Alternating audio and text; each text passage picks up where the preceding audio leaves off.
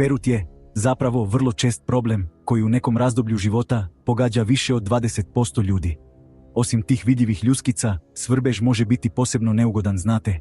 Mnogi misle da je perut posljedica loše higijene, ali to zapravo nije istina. Hajde da pogledamo pobliže što zapravo uzrokuje perut. Naša koža je organ koji se neprestano obnavlja i potpuno je prirodno da se sitne čestice kože stalno ljušte. U normalnim uvjetima te su čestice toliko sitne da ih uopće ne primjećujemo. Stanice kože nastaju u bazalnom sloju epidermisa. Ondje se neprestano stvaraju nove stanice koje se postupno pomiču prema površini, pune se keratinom, spljoštavaju i na kraju se odvajaju. Taj proces obično traje oko 4 tjedna. Kod pojačanog ljuštenja kože, taj se proces znatno ubrzava, pa nastaju velike vidljive nakupine mrtvih stanica kože. Uzroci mogu biti sasvim bezopasni. Primjerice, suh zrak tijekom zime ili korištenje neprikladnih proizvoda za njegu može jako isušiti kožu i učiniti je osjetljivijom. Tada uzročnici bolesti i alergeni lakše prodiru u kožu, što često dovodi do iritacije i stvaranja sitnih bijelih ljuskica.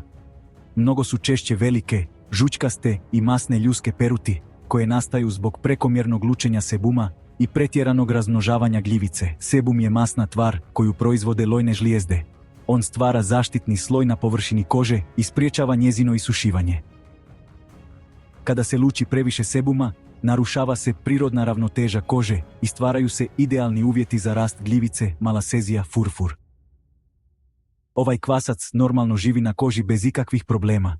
Međutim, kada ima previše sebuma, gljivica se ubrzano razmnožava i oslobađa masne kiseline koje nadražuju kožu.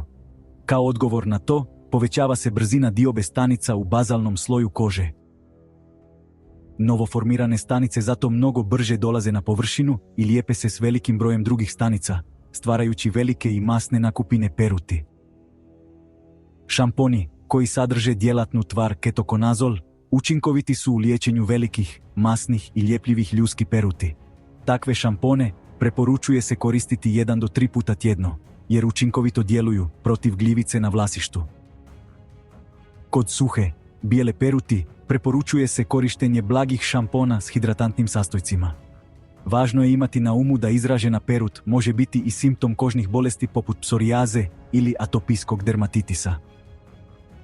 Hvala na pažnji.